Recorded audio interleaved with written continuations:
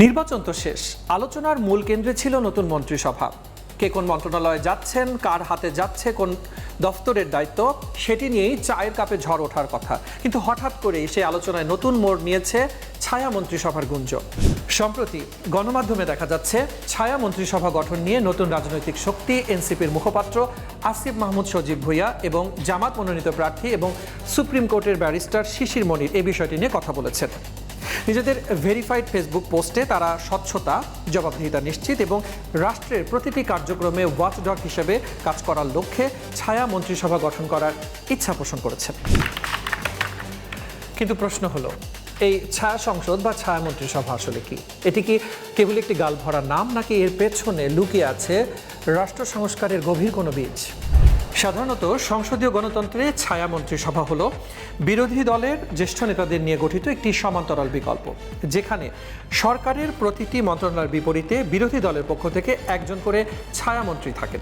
এর মূল কাজ হলো, সরকার যখন একটি নীতি গ্রহণ করবেন তখন বিরোধী দলের ছায়া মন্ত্রীরা সেই নীতির চুলচেরা বিশ্লেষণ করবেন। তারা ভুলগুলো ধরিয়ে দেবেন এবং নাগরিকের সামনে একটি বিকল্প প্রস্তাব উপস্থাপন করবেন। মূলত এটি সরকারকে প্রতিটি মুহূর্তে একটি অদৃশ্য চাপের মধ্যে রাখে। ওয়েস্টমিনিস্টার ধাঁচের গণতন্ত্র যেমন যুক্তরাজ্য, কানাডা বা অস্ট্রেলিয়া, এই প্রথা অত্যন্ত শক্তিশালী। সেখানে বিরোধী দল কেবল সমালোচনাই করে না, তারা গভর্নমেন্ট ইন ওয়েটিং বা অপেক্ষমান সরকার হিসেবে নিজেদের প্রস্তুত রাখে। বাংলাদেশের প্রেক্ষাপটে এই ছায়া সংসদের 5টি আলাদা সুবিধা আছে, আপনাদেরকে একটু আলোচনা করে জানাতে চাই। এটি কেবলমাত্র একটি রাজনৈতিক বিলাসিতাই হবে না, বরং সাধারণ নাগরিকদের একটি শক্তিশালী সুরক্ষা কবচ হিসেবে কাজ করবে। সংবিধান এবং সংসদীয় ব্যবস্থার বিভিন্ন বিশ্লেষণ থেকে চলুন আমরা জেনে নেই কি কি সুবিধা পাওয়া যাচ্ছে এই ছায়া সংসদ থেকে।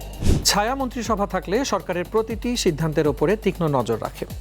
হিলারি বার্নেটের কনস্টিটিউশনাল অ্যান্ড অ্যাডমিনিস্ট্রেটিভ ল অনুযায়ী এটি সরকারের চেক অ্যান্ড ব্যালেন্স নিশ্চিত করবে।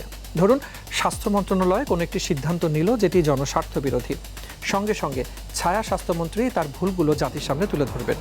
এতে সরকার কোনো বিতর্কিত সিদ্ধান্ত নেওয়ার আগে অন্তত দুবার ভাববে। কেবল সমালোচনা নয়, বিকল্প প্রস্তাব। আমরা সবসময় একটা কথা শুনি, বিরোধী দল কেবলমাত্র না বলে, তারা বিকল্প কোনো কিছুই বলে না। ছায়া সংসদ থাকলে বিরোধী দল বিকল্প বাজেট পেশ করতে পারে বা বিকল্প শিক্ষানীতিও তারা পেশ করতে পারে। এতে জনগণের বুঝতে সুবিধা হয় কোন নীতিটি তাদের জন্য বেশি কল্যাণকর।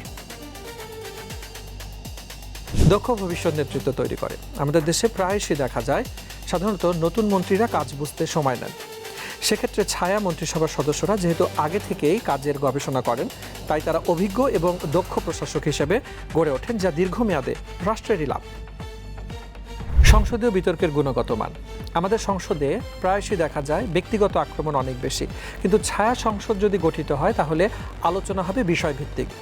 তখন সংসদীয় কার্যপ্রণালীর বিধি মোতাবেক এটি সংসদীয় কমিটিকে আরও অনেক বেশি শক্তিশালী করবে। ফলে যে আইনগুলো পাশ হবে তাতে ত্রুটি কম থাকবে, যা নাগরিক আইনের সুরক্ষা নিশ্চিত করবে।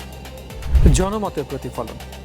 ছায়ামন্ত্রীরা যেহেতু একটি নির্দিষ্ট বিভাগ নিয়ে কাজ করেন, যার কারণে তারা সাধারণ মানুষের খুব কাছাকাছি পৌঁছে যান, আর এতে করে নাগরিকের যে কোনো সুযোগ সুবিধা খুব দ্রুত সংসদীয় আলোচনায় উঠে আসে, আর তাতে নাগরিকদের রাজনৈতিক সচেতনতা বহুগুণে বাড়িয়ে দেয়। চ্যালেঞ্জ ও সাংবিধানিক বাস্তবতা। তবে পথটি কি এতই সহজ? বাংলাদেশ সংবিধানের 55 থেকে 58 নাম্বার অনুচ্ছেদে মন্ত্রিসভার কথা বলা থাকলেও ছায়া মন্ত্রিসভা নিয়ে আইনি কোনো ধরনের বাধ্যবাধকতা নেই। এটি পুরোপুরি একটি গণতান্ত্রিক রাজনৈতিক সংস্কৃতির বিষয়। 1996 সালেও একবার চেষ্টা করা হয়েছিল, তবে সেটি কিন্তু সফল হয়নি। রাজনৈতিক বিশ্লেষকরা মনে করেন এর 3টি প্রধান বাধা রয়েছে। 1, বিরোধী দলের সংসদে অনুপস্থিত থাকার পুরনো ধরনের একটা সংস্কৃতি আছে আমাদের দেশে।